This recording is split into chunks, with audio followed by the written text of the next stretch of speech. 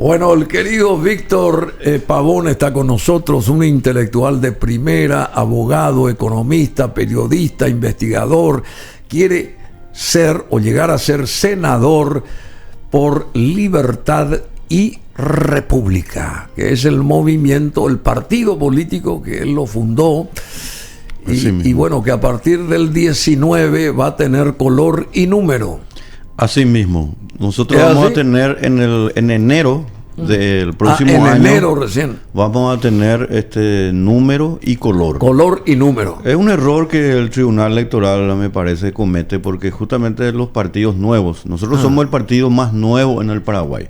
Libertad y República. Libertad y República. Y al ser nuevo, de luego necesitamos ya ser identificados previamente. Claro, la lógica te dice.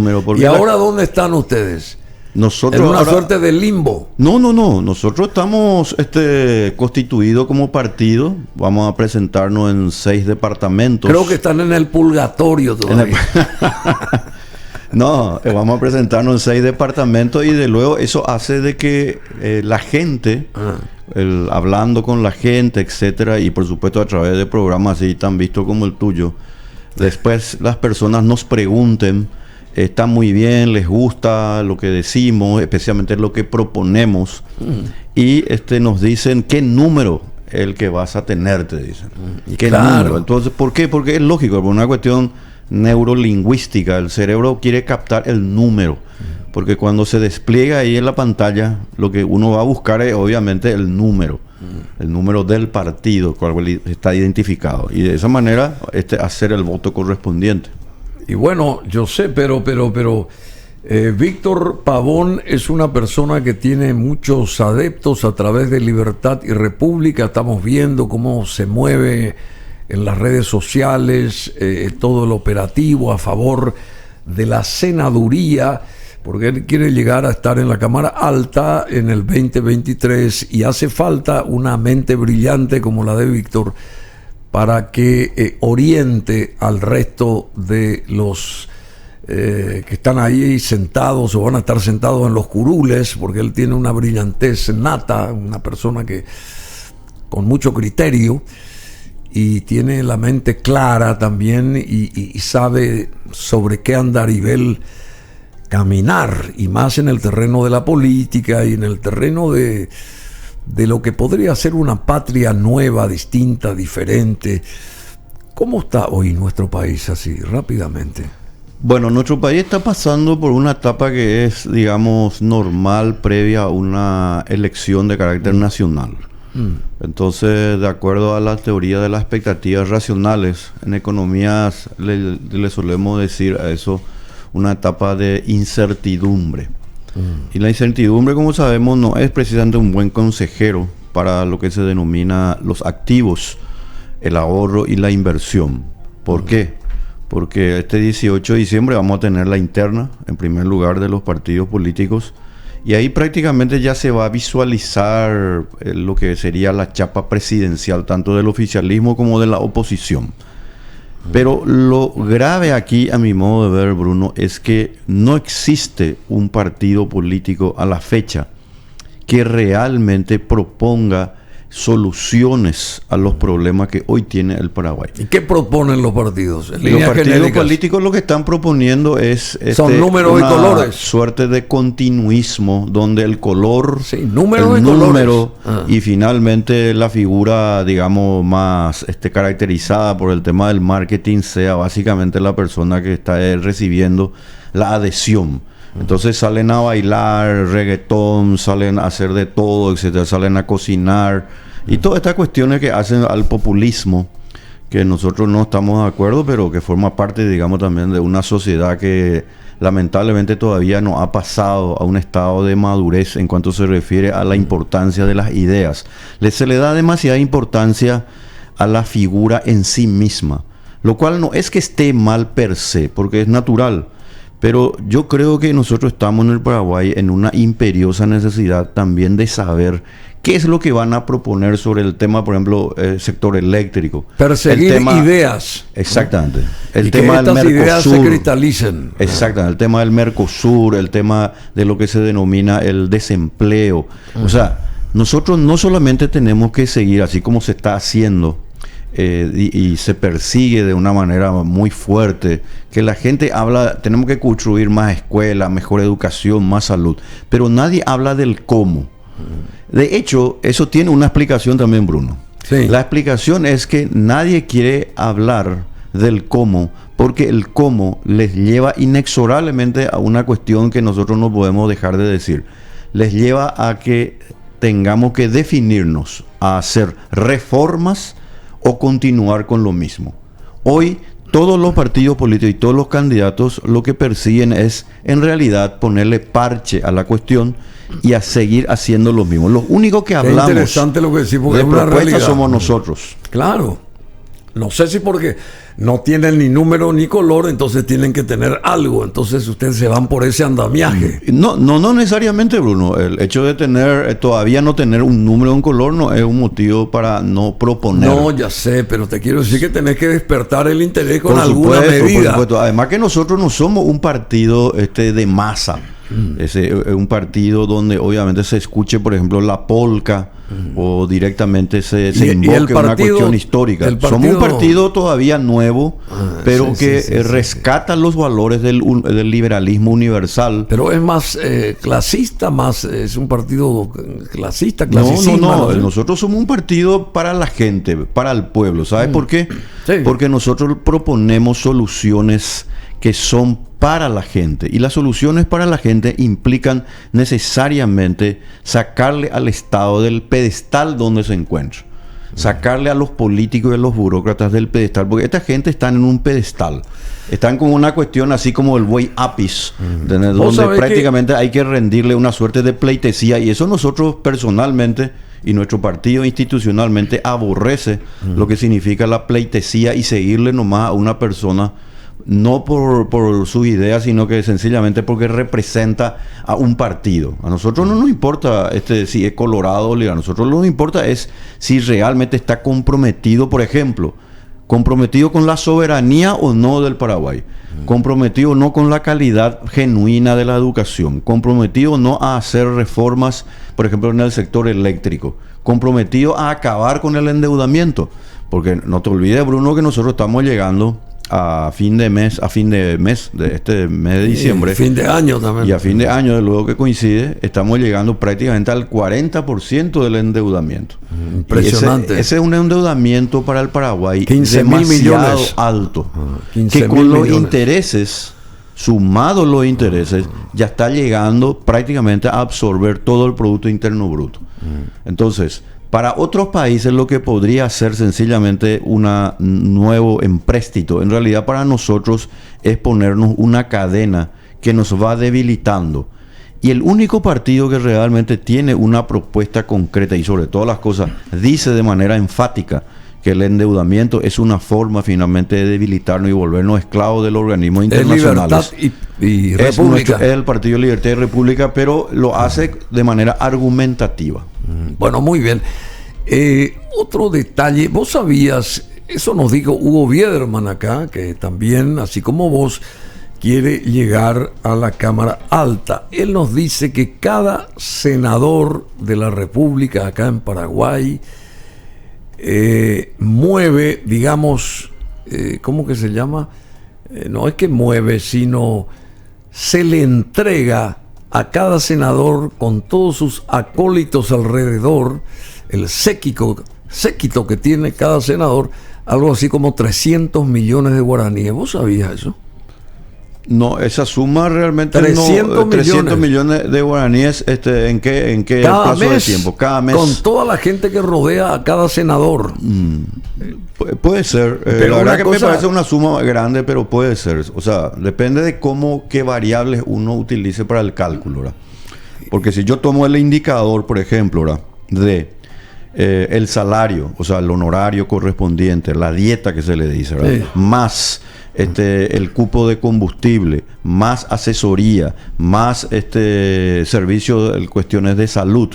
Y bueno, ahí podríamos estar llegando fácilmente a los 150 millones. Bueno, y los secretarios. Y los otros 150, ¿por qué no podría ser? Claro. Pero el problema real, Bruno, no está allí.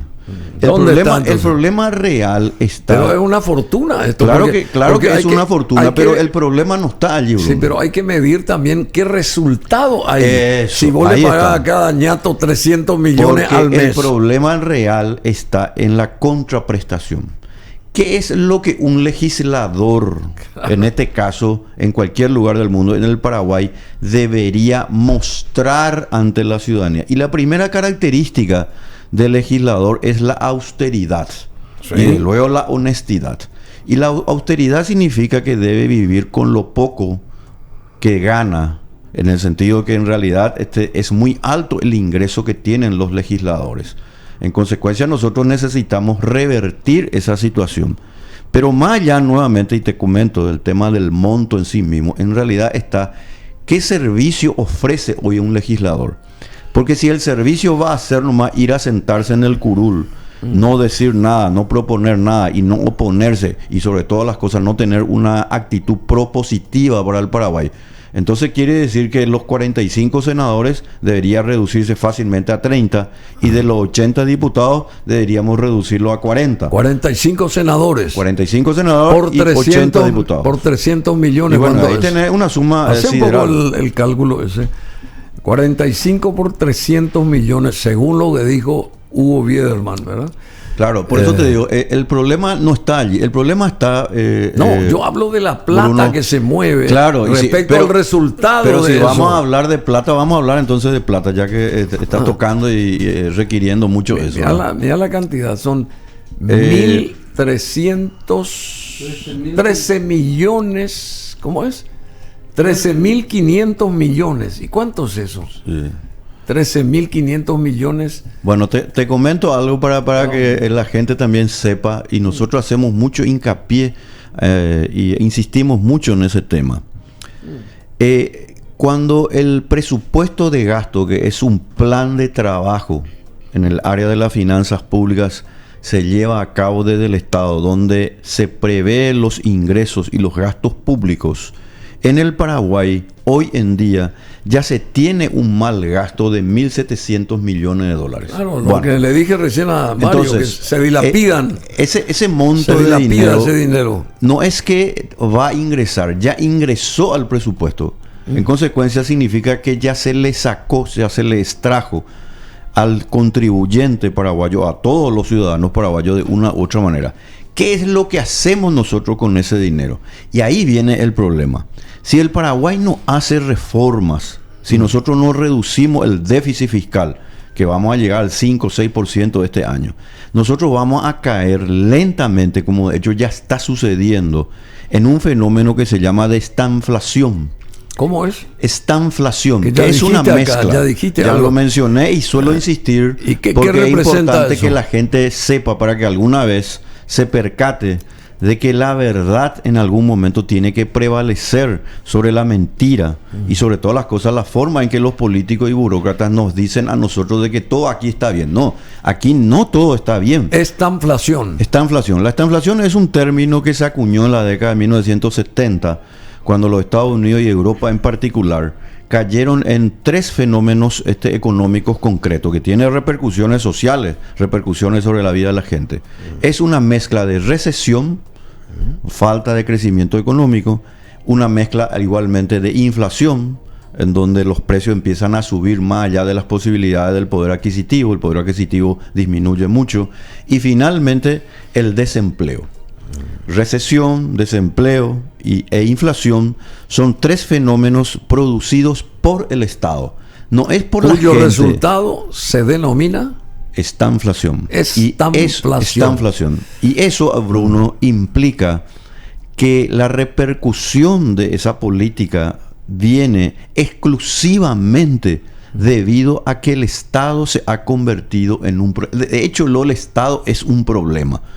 El Estado per se y por su propia naturaleza coercitiva tiene un problema grave que afecta a las decisiones de la gente. Porque vos, en lugar de elegir entre A y B y C, supongamos, el Estado te dice, no, usted no va a elegir en lo que realmente usted desea, sino que va a elegir entre D, F y G. ¿Eso qué quiere decir? Que hay un desvío en tu decisión personal y hay un desviacionismo también de los recursos. En lugar de que ese dinero que produce la gente se quede en tu bolsillo, como debe ser, porque eso es lo correcto moralmente hablando, entonces el Estado te detrae, te saca y lo destina hacia otros fines que no son los que vos que produciste habías predestinado o que vos habías querido. Y eso se denomina sencillamente un acto de inmoralidad en términos económicos. Es decir, hay un desvío de recursos. Sí, y ese es un problema, Bruno, muy grave en los países pobres. En los países ricos... Pero nadie analiza lo que vos Claro, nadie analiza porque la gente cree que el gasto público es un gasto que se financia solo. Que el Estado per se mismo es luego una organización que pueda... Exactamente. Y nosotros somos el Estado, en primer lugar, no puede hacer economía porque no tiene capital propio. Ese es un error muy grave, por ejemplo, de muchas escuelas, la neo-keynesiana, la escuela keynesiana en sí misma, donde ellos creen que el Estado crea capacidad de mejoramiento de las condiciones de vida de la gente. O sea, los que el Estado otorgan ese dinero somos todos nosotros. Los que otorgan cada lápiz, cada borrador, cada papel, cada regla, cada sueldo, cada gasto de reservado, de paso que tiene también el presidente, ¿verdad? Son sencillamente producto del esfuerzo de mucha gente. Y pensemos siempre en esto, Bruno. Las personas que tenemos cierta capacidad económica, de raciocinio, de alguna manera podríamos podríamos estar soportando todavía esa cuestión. Pero lo que no soportan son la gente de escasos recursos. A ellos se los aplasta con menores posibilidades finalmente de conseguir empleo. Un joven que quiere alcanzar un empleo tiene dos problemas. Uno, que no ha recibido la suficiente capacitación y capital humano por un sistema educativo que es absolutamente obsoleto. Y número dos, como la cantidad de capitales en el Paraguay es tan bajo con relación a la cantidad de habitantes, desde luego lo que se tiene es que los ingresos o los salarios son muy bajos comparado a otros países. Por eso que un paraguayo que se va a Estados Unidos, que se va a Europa y que podría estar ganando y gana de hecho 10 veces más de lo que gana acá, se debe no a que allá hay una suerte de benevolencia por parte del empresario o de la persona que le contrata, sino que la explicación es netamente económica. Es la mayor cuantía o cantidad de capitales e inversiones en tecnología, fábricas y herramientas que pueden utilizar lo que se llama ese factor de producción-trabajo. Entonces están dispuestos a pagar más. Entonces la persona vale más en cuanto se refiere a su capacidad, a su honestidad, a su preparación. Y si eso nosotros no tenemos en el Paraguay, lo que vamos a tener es sencillamente que una clase privilegiada, cuasi monárquica, como la que hoy tenemos, se va a convertir monárquica. Cuasi monárquica, porque casi como una monarquía. Claro. La forma en que los tres poderes del Estado están aplastando al ciudadano común. La sumatoria de estos 45 señores de la Cámara Alta mensualmente, la respuesta para con el hecho de que ellos se sienten ahí en sus curules, cuando se sientan, porque hay veces que ni se van, ¿verdad? Eso implica pagarles 13.500 millones de guaraníes mes, claro, que es una exorbitancia de una cosa. Y 2 millones de dólares. 2 millones de dólares sí, por mes a los tipos, a 45. 2 millones de dólares mes, que al año son 24 millones de dólares. Claro. Qué bárbaro. Y eso nos lleva a un tema todavía más de fondo, Bruno. Sí. El tema de fondo es la representación. ¿Qué es la representación? La representación es, dentro de lo que se denomina la democracia, así como se entiende, es darle a una persona la capacidad de obrar en nombre mío para que realice algo que por ave motivo yo no lo puedo hacer porque no tengo tiempo y porque me quiero dedicar a otra cosa. Muy bien. ¿Qué es lo que está fallando acá? La representación. La representación en el Paraguay tiene dos graves inconvenientes. Primero, no es creíble. Y número dos, tiene el problema de que el que te representa en realidad no te puede representar porque no está capacitado para realizar la actividad para la cual él tiene la representación. Entonces, bueno, pero la representación, ¿en qué aspecto no está? La representación política. No te representa, o sea que... Claro, a mí, por ejemplo, no me representa nadie porque la persona a quien dice ser representante del pueblo, en realidad, él está asumiendo unos costos que me los lleva a mí soportar, y cuando él lo que hace es más bien volverse cada vez más un privilegiado. ¿Y te estás refiriendo a quiénes? A todos los legisladores, al Poder Judicial y al Poder Ejecutivo. También. Entonces, la representación política no es tal. Por eso que nosotros decimos lo siguiente: más allá de la representación, que es como la de un abogado que le da el poder general, hoy tenemos que hacer un poder especial. Fulano de tal, vos querés ser diputado, senador, presidente de la República, juez, lo que sea, fiscal, muy bien, vas a ganar dinero nuestro. Ya no vas a hacer lo que vos querés, como de hecho debe luego ser así. Sino que hacen como que tiene que estar supeditado. Yo no voy a endeudar más. Yo no voy a subir los impuestos. Yo voy a decidirme a hacer la reforma. Estos señores hacen todo lo contrario. Claro, ¿por qué hacen lo contrario? Porque la representación ya no existe. De hecho, no es solamente un fenómeno no, ellos paraguayo. Se creen que son los claro, dioses del Olimpo. Por eso yo hablaba de lo que se llama la actitud cuasimonárquica. El monarca pues respondía ante sí y por sus actos. Y de nada valía que el pueblo le diga tal o cual cosa. Él era una persona omnisciente y omnipresente, podía hacer lo que quería. El caso de Frete, por ejemplo. Por ejemplo, el caso de Frete, que se volvió rico precisamente haciendo todas esas matufias. ¿Cómo analizas el tema Fretes? Y el producto justamente de un poder judicial altamente politizado. Vos sos abogado. Claro. Y después, así mismo.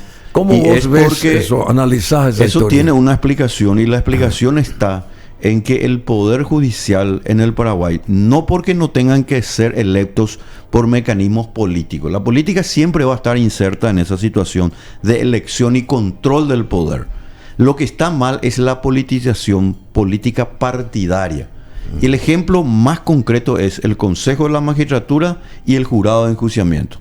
Tanto estos dos órganos, Jurado de Enjuiciamiento y Consejo de la Magistratura, tienen un cordón umbilical que es alimentado por el poder político, donde los senadores, los diputados y el propio Poder Ejecutivo tienen a su merced a los fiscales y a los jueces que les son adeptos.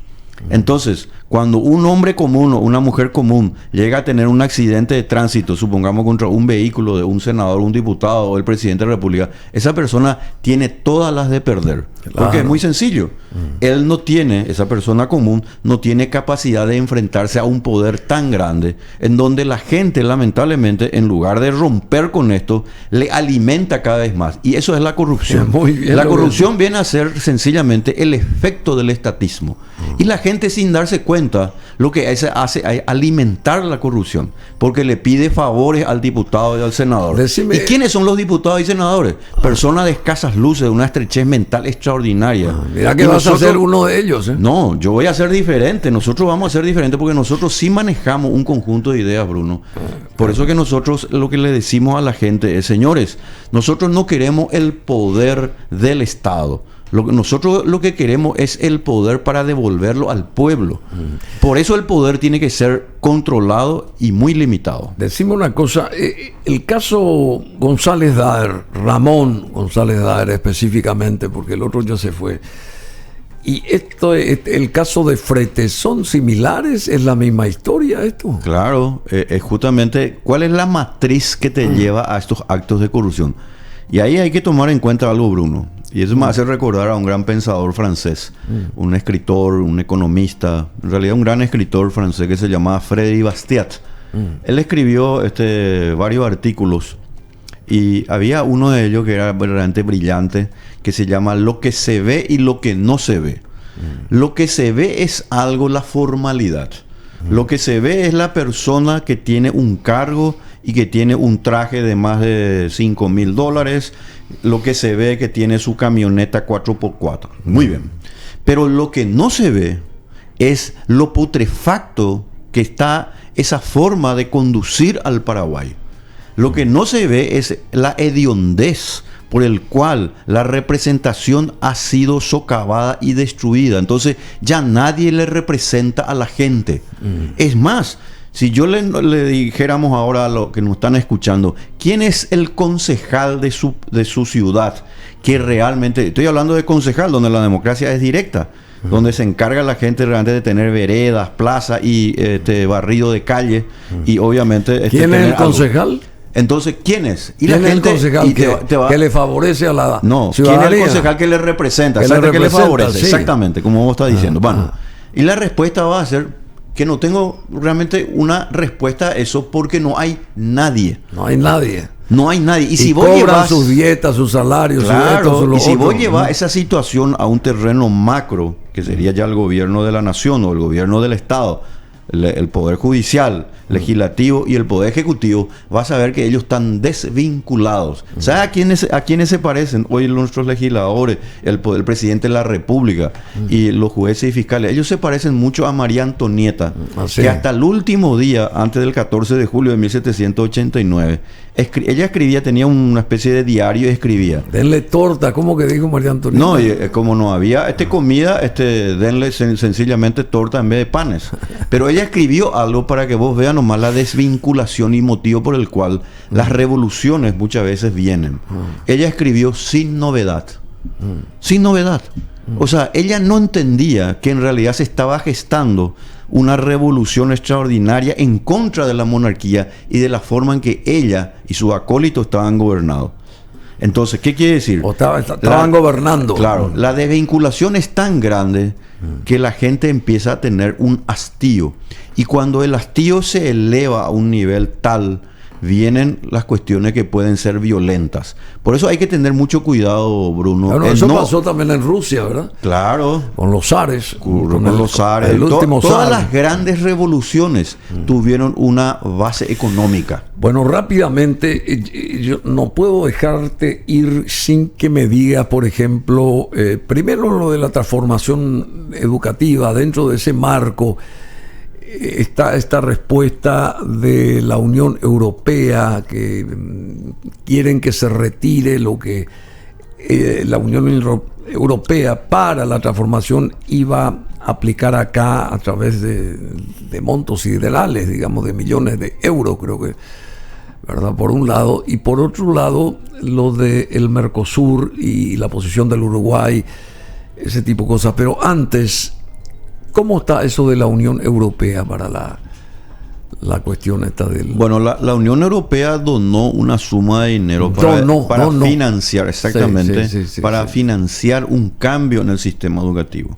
El problema de ese financiamiento es que se encontró en los documentos que venían publicándose y que se fue mostrado de alguna manera y descubierto por los padres y especialmente la gente que está atenta a la cuestión educativa, ¿qué se encontró? Que lamentablemente tenía 3 elementos que conspiran contra una genuina educación. A ver, ¿cuáles Primero, son? la cuestión que se llama de perspectiva de género, la inclusión y la culturalidad. Esos 3 elementos, Bruno, no es una cuestión antojadiza o conspiranoica. Te lleva inexorablemente. Conspiranoica. Exactamente. La primera vez que escucho. Te lleva a una cuestión que se denomina de ideología de género. Y la ideología de género, pues, es una teoría política por el cual la influencia del Estado en la formación de los principios y valores de los niños queda supeditada a una agenda que no es precisamente la de los valores. No es precisamente el de la familia, sino queda atado a la agenda que viene del extranjero. Y en consecuencia, cuando ellos te dicen que la agenda LGTB o la agenda ideología de género, la agenda trans, etcétera, puede ser enseñado en la escuela para que los niños puedan tener la capacidad, según ellos, incluso de cambiar de sexo de acuerdo a la percepción cultural que tengan, pues ahí tenemos un problema. LGTBQ dice ahora. LGTBQ, no sé. Sí, hay que pedirle permiso ahora a la RAE, a la Real Academia Española, para que nos reserve algunas letras del abecedario. Pues ya están tomando todo ya. Está bien. Bueno, ¿y qué tiene que haber? ¿Y por qué la están atacando a Menchi, por ejemplo? Dentro de todo esto. Ahí es un tema interesante, Bruno, que realmente a mí... Quiero saber yo, porque pero es que, yo creo que es un buen tema y un tema que hay que bajarlo al debate. La libertad de expresión es una de las manifestaciones más claras de la libertad en cualquier lugar del mundo. Si nosotros dejamos de lado y un juez o el Estado va a decir que yo no puedo opinar aunque yo esté equivocado, quiere decir que nosotros enseguida ingresamos a lo que se denomina la censura. Y nuestra Constitución, en el artículo 26 de nuestra ley fundamental, habla de manera muy clara y de manera muy correcta que no habrá censura en el Paraguay. Y cuando un juez, a través de la acción que hizo la periodista Menchi, le dice a la gente que ustedes ya no van a proferir ninguna palabra sobre lo que ella dice, en realidad ingresamos nosotros al terreno de la censura. ¿Quién dijo eso? El juez que dictaminó y le dio las medidas correspondientes a la periodista. Y ese es un error del juez. Eso se llama extralimitación del poder. O sea, cuando yo te digo a vos, Bruno, que vos no vas a hablar de un tema, aunque yo crea, yo puedo decirte a vos, mira, Bruno, vos estás totalmente equivocado con lo que decís, pero yo no te puedo prohibir a que vos digas que yo estoy equivocado. Vos tenés todo el derecho de argumentar aunque te pongan las pruebas. ¿Y cómo se plantea esto? ¿Por qué estás tocando este tema? El planteamiento se da porque la irregularidad del juez le conlleva a él a violar la propia Constitución.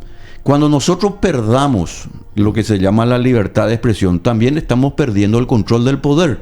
Porque si yo ya no le puedo criticar y no puedo decir algo diferente a lo que una persona pública está diciendo, entonces quiere decir que el siguiente paso es que ya no voy a poder decir nada contra un senador, diputado o contra el presidente de la República. Es sencillamente un paso nomás. Y cuando eso sucede, la censura aparece. Y cuando aparece la censura, quiere decir que hay alguien que ha decidido por mí en mi libertad de expresión.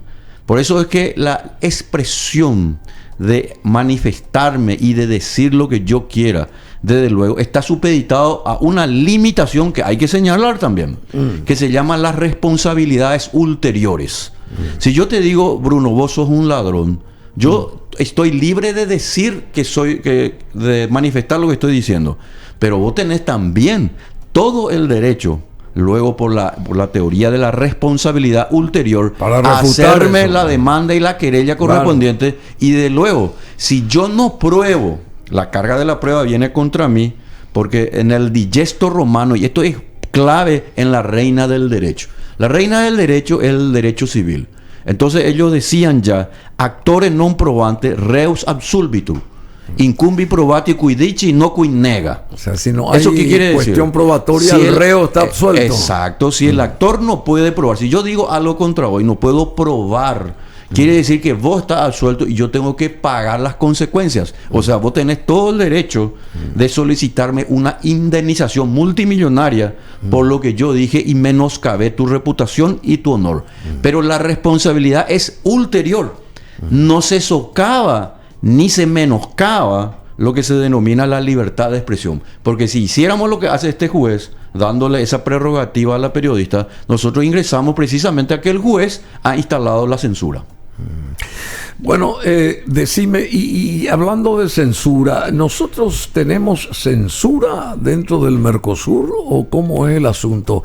Así como actúa el Mercosur, porque acá no se mueve nada, entonces estamos censurados prácticamente, estamos condenados y censurados. Y por otro lado vemos a el Uruguay, que es parte del Mercosur, que está abriendo las puertas y las ventanas y qué sé yo, se está escapando y como que lo estamos persiguiendo o acusando porque se escapa, pero dentro acá del Mercosur nadie hace nada para protegernos nosotros. Estoy hablando de Paraguay específicamente. Totalmente. ¿Verdad? Imagínate, mucha gente me llamó sobre ese tema, el artículo que del domingo pasado. Uruguay tiene razón y Paraguay sigue equivocándose en el Mercosur. Vamos a dar la siguiente alegoría. Ponte que Mario Ferreiro dijo recién que estaba con Paraguay y no con el Uruguay, así que... No, desde luego, justamente ese es el valor de la libertad de expresión. Hay que Nosotros consultar al podemos juez, tener entonces. diferencias de opiniones, pero lo que nadie me puede decir Hay a que mí... preguntar al juez es qué que- opina. Nadie me puede decir a mí que yo no tenga que seguir persistiendo en mi argumento. Y más todavía obligándome a callarme. ¿Verdad? Ese es el tema central.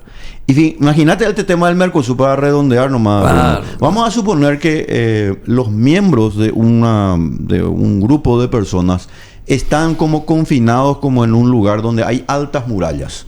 Y uno de ellos le dice, miren señores, esto de poner muralla entre nosotros, alrededor nuestro, que nosotros mismos estamos construyendo, nos va a sacar oxígeno y nos vamos a asfixiar. E insiste uno de ellos, señores, esto que estamos haciendo no está bien porque aquí nosotros no podemos negociar con lo que están ahí afuera. No podemos nosotros lograr acuerdos porque ellos pueden tener cosas que nosotros no tenemos y nosotros le podríamos dar a ellos lo que no tienen. Y ocurre que llega un momento dado que uno de ellos dice, señores, yo aquí con ustedes ya no puedo estar porque todo lo que yo quiero hacer necesito el permiso de ustedes. Me asfixio. Me asfixio, muy bien. Entonces, ¿qué hace esa persona? Pues sale... El Uruguay, en este el caso. Uruguay, siguiendo un poco nuestro ejemplo, sale por el costado y dice, señores, yo quiero negociar con los que están afuera porque creo que a mí me conviene vender mis productos más baratos y yo no necesito que estos que están aquí adentro y quieren seguir asfixiándose me digan lo que voy a hacer. Ese es el problema de fondo.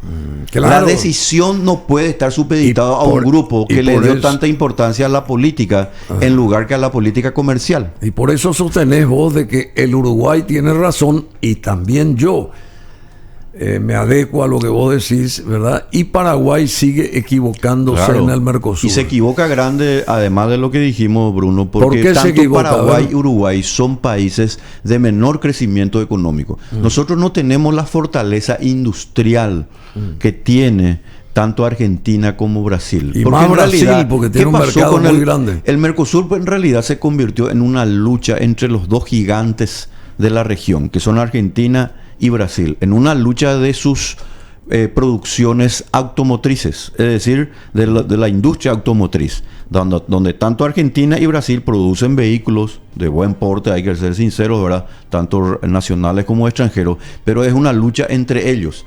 Y ellos empezaron a elevar el arancel externo común, perjudicando especialmente a los de menor desarrollo, que son precisamente Paraguay y Uruguay.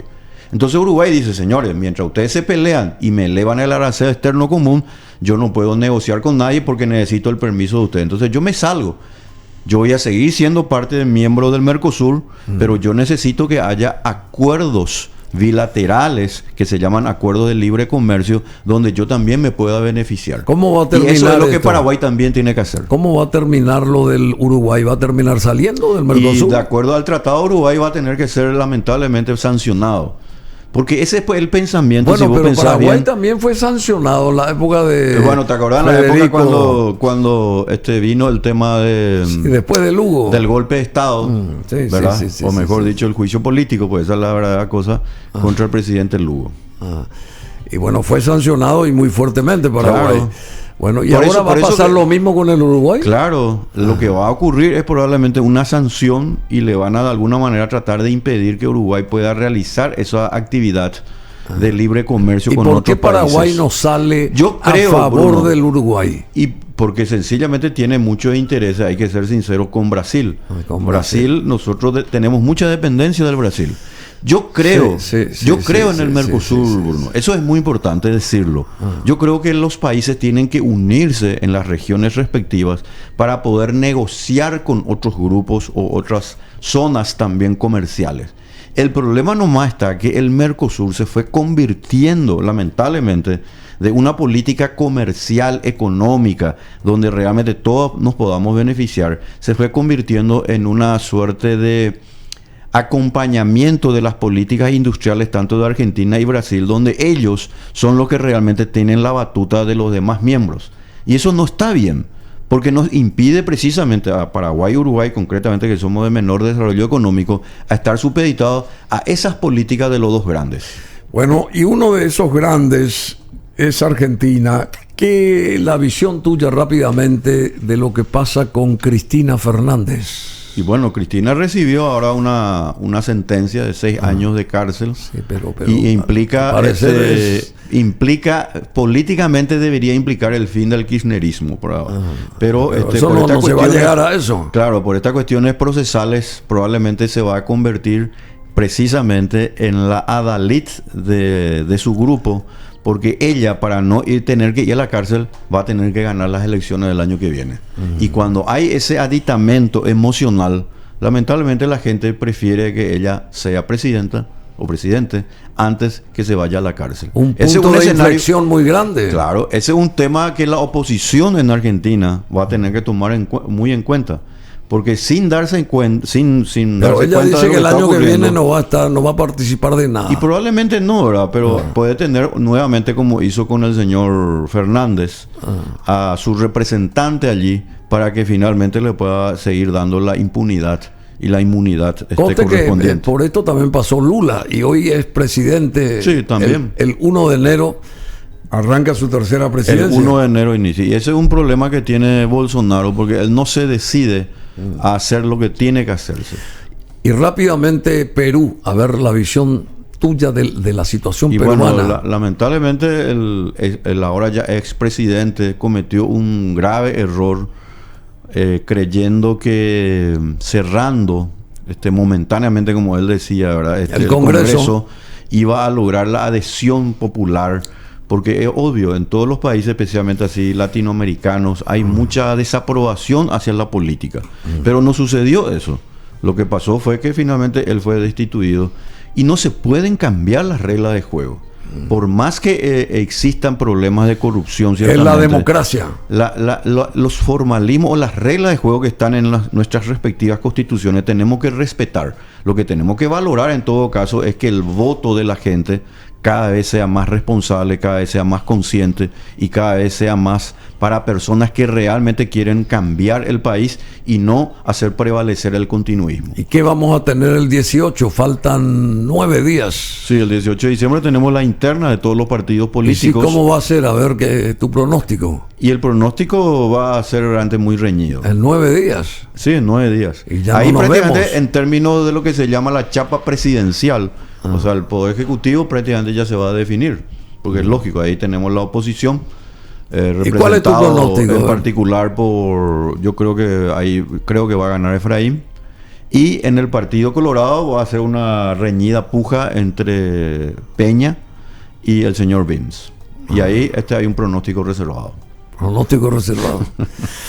Bueno, y está comenzando el partido allá entre Croacia y Brasil, señoras y señores, dentro del marco del Mundial Qatar 2022. Bueno, muchísimas gracias, querido Víctor, y te deseo, no sé, antes de Navidad, si estamos viéndonos por ahí. ¿Y por qué no? Falta todavía Navidad. Ya tenemos que despedirnos. O ya estás queriendo cantar los villancicos. No. Falta todavía. 2 minutos de las 12 comenzó Brasil-Croacia, Croacia-Brasil en Qatar, y acá despidiendo nosotros al querido Víctor, que está yendo muy bien tu partido, che. Y está dentro de lo que se denomina las características de un partido muy nuevo, el primer partido libertario en Paraguay. Está dentro del caos. Ahora, sabemos que tenemos que hacer todavía más. Sí, dentro de del caos. Dentro de la movilidad natural de un partido muy nuevo, con ideas renovadoras como la que nosotros tenemos. No es fácil hacer los avances como uno quisiera. Pero si nosotros notamos el crecimiento en cuanto a visualización que hemos tenido, y mucha gente de alguna manera empieza a preguntarnos qué es el partido, qué ustedes proponen, etcétera, yo creo que estamos haciendo una buena labor. Deberíamos mejorar todavía más, pero para eso están las personas que de luego tienen que acercarse, asesorarnos, dar también su grano de arena y no solamente criticar de afuera. ¿El domingo qué sale? A ver, este domingo en ABC. Este domingo voy a estar hablando sobre el tema de filosofía política y economía con relación al presupuesto. ¡Wow! Que se entienda el presupuesto como una simple situación o expresión de trabajo del Estado o la planificación del Estado en cuanto a gastos e ingresos, pero hay algo más dentro de la cuestión presupuestaria. Hay una cuestión de filosofía política que me reservo, lo puedan leer los lectores. Bueno, hay que leer este domingo entonces. Sí, con mucho Bueno, gusto. muchísimas gracias. Lo que escribe Víctor Pavón en ABC.